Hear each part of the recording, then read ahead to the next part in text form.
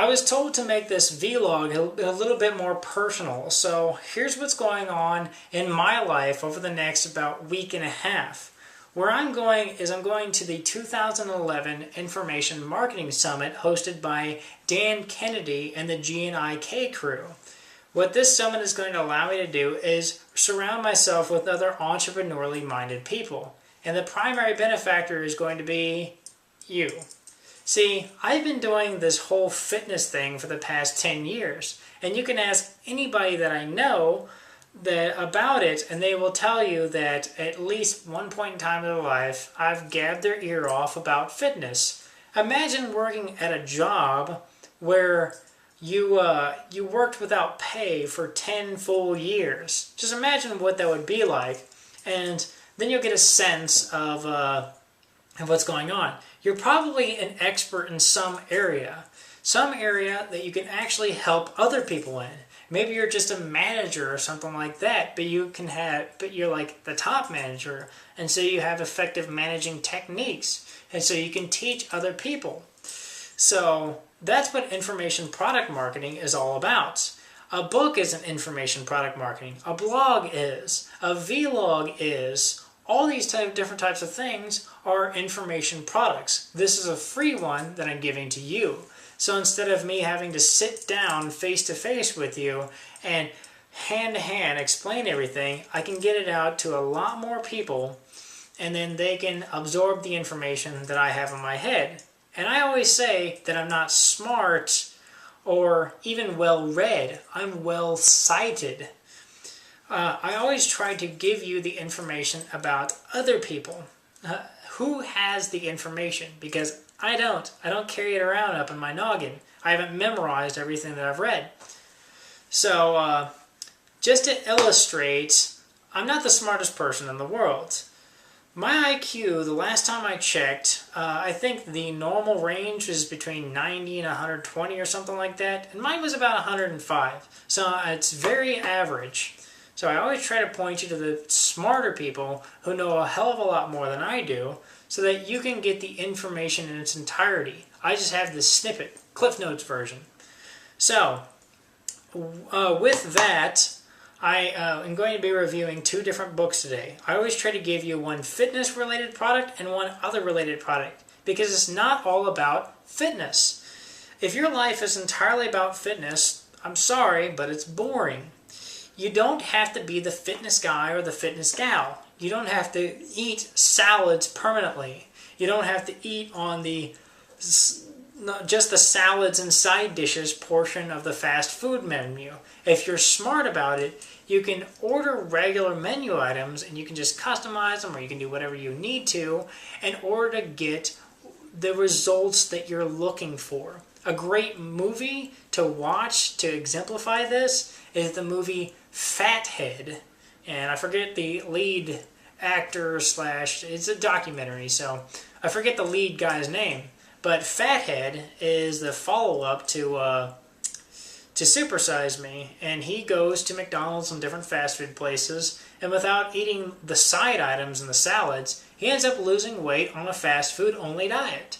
So these are the types of resources that you need to watch out for, because you don't have to be the fitness guy or the fitness gal.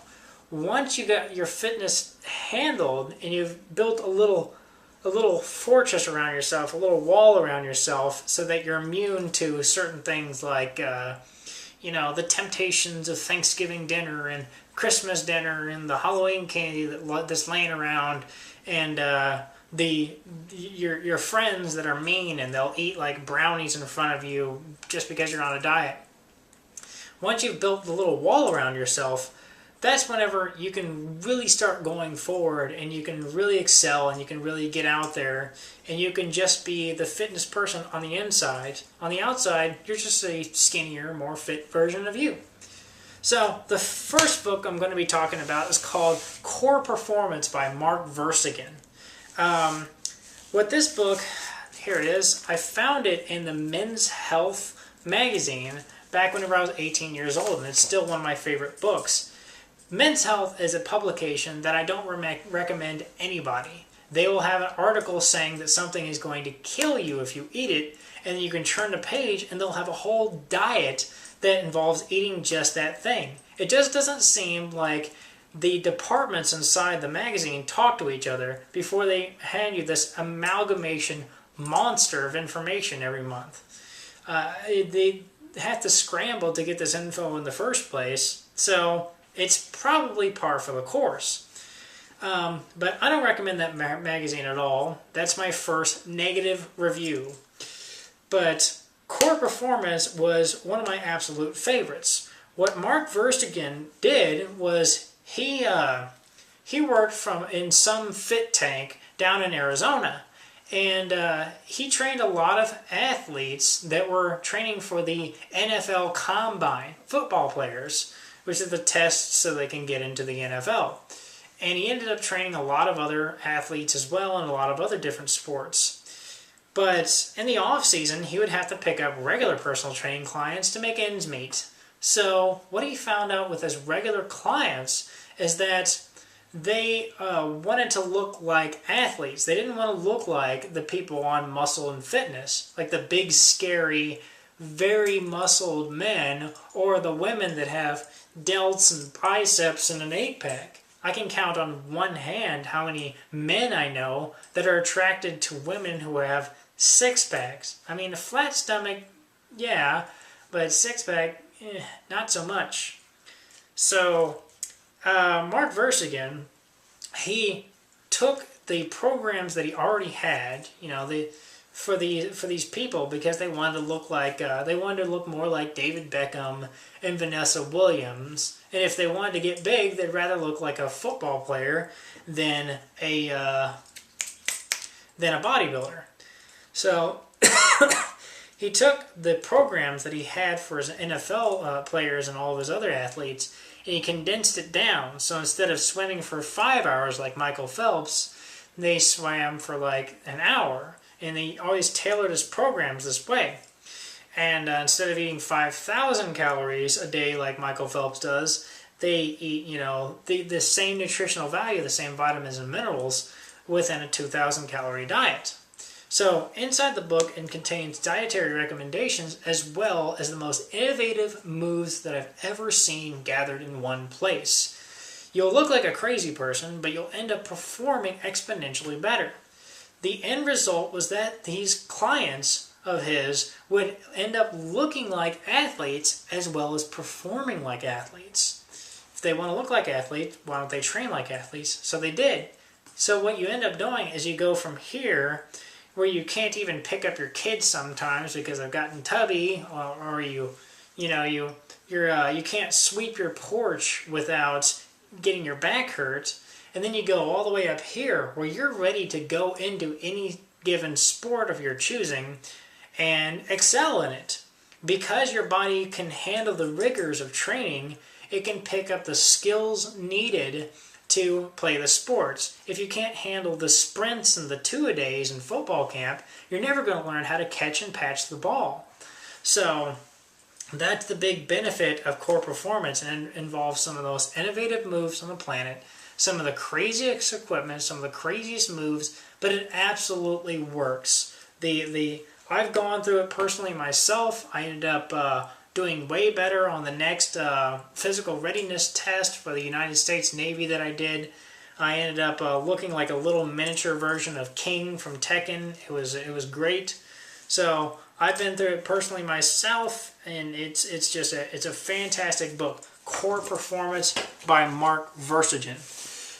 The other book that I have here is the non-fitness related product, but I consider it to be very important because creativity is a key aspect in my mind of a fitness program, because you build up this bubble of fitness around yourself, and it can be popped by anything.